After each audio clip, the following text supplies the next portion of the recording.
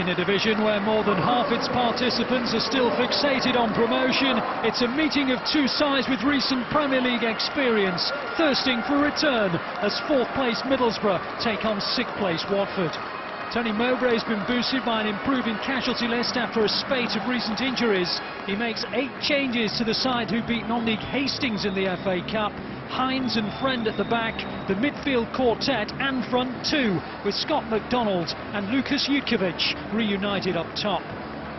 Watford are boosted by the return of goalkeeper Manuel Almunia and midfielder Olman Abdi after missing the FA Cup defeat at Manchester City. 10-goal Troy Deeney leads the line. He scored after 26 seconds when the two sides met in October, yet it was Middlesbrough who ultimately triumphed.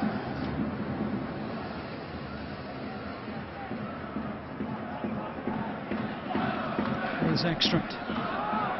Give it away to Bailey. Now McEachran. McDonald, Jutkiewicz to the left, Ledesma to the right. McDonald goes for the shot and it just seemed to move as it was going towards Almunia. And Almunia just slightly readjusted his position to make sure that he got in the way of the swinging shot. Abdi, Chalobah.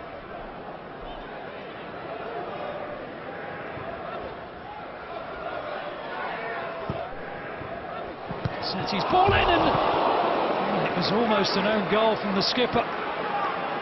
Puff of the cheeks from Williams. And he wanted to get there first, and credit to him for doing so, but it sliced horribly off his boot.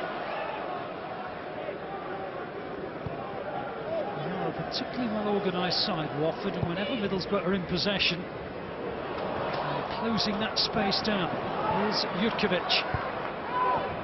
Ledesma. Good attempt, good save. Best save of the contest.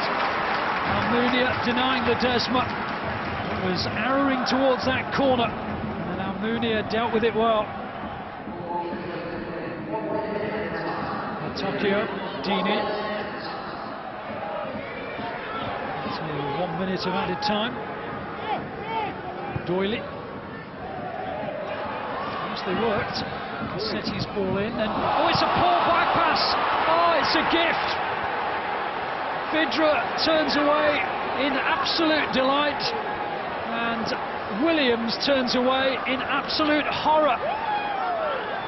Well, he was just trying to guide it back to his goalkeeper, and it's straight into the path of Watford's top scorer, and he could not miss.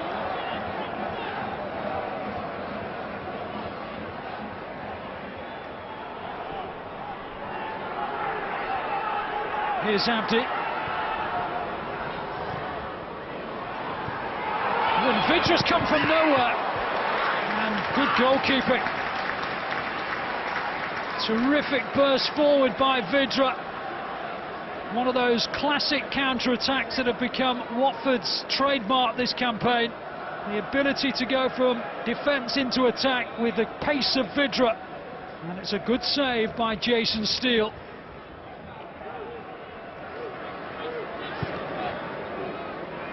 Ledesma and Bailey and towards McDonald, away by Doyley, and a terrific shot just beyond the post.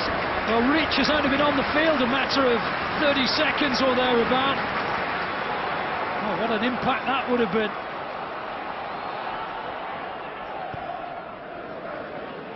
Chalobah given away to Ledbetter.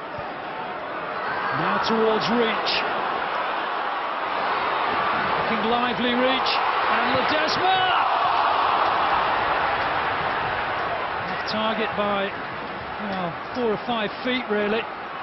Reach has made a good impact since coming on. Almost scored, and now he's teed up Ledesma, and look at the opportunity that presented itself. Tokyo has it. Towards Vydra, good ball, here's Vydra, and Steele to finish it off, good save. Excellent goalkeeping by Steele. And he's there again, and Deeney, and he's denied a third time. Excellent play from Jason Steele, a triple save. Well, for all Middlesbrough's possession, they're grateful to their goalkeeper here. Lovely lovely ball by Batocchio, and Vydra managed to work an opening. The first save was good, second one was effective as well, and then he's up on his feet to deny Deeney. Watford have been keeping them at arm's length for such a long time, and on the counter-attack they've been devastating, and Abdi plays in Vydra to finish it. So incisive, so quick, and so devastating. From one end of the field to the other, classic Watford. Abdi, and then Vydra. And Watford are heading for yet another successful away day.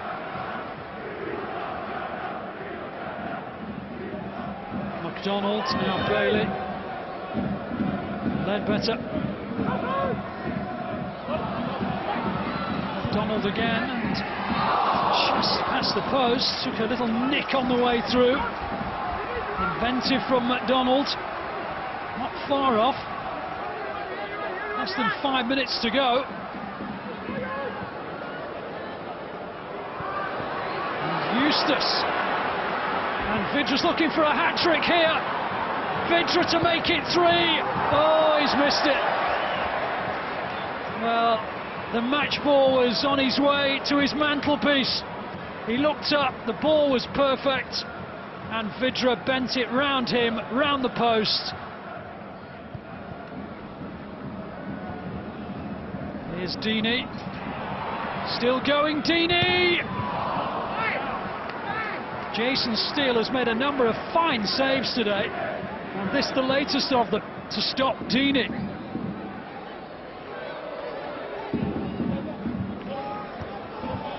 Reach. Oh, it'll be a consolation.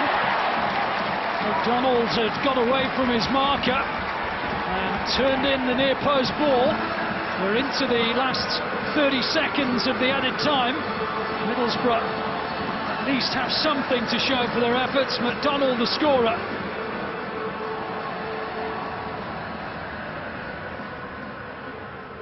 They had their chances, not big ones, but they had the chances they missed, and we conceded. We scored in the very first opportunity that we had, and after that, I have to say, in the second half we consolidated, and we deserve to, to have scored another one. Second half was a really very good performance. One of those days, and we needed the first goal. We talked about that all week. We'd had a full week to prepare for it. I thought we were really good. I thought the game plan was good. We didn't allow them to settle on the ball at all first half. We pressed. We had all the chances, and yet we didn't score. And then, as I say, shot ourselves in the foot with a goal.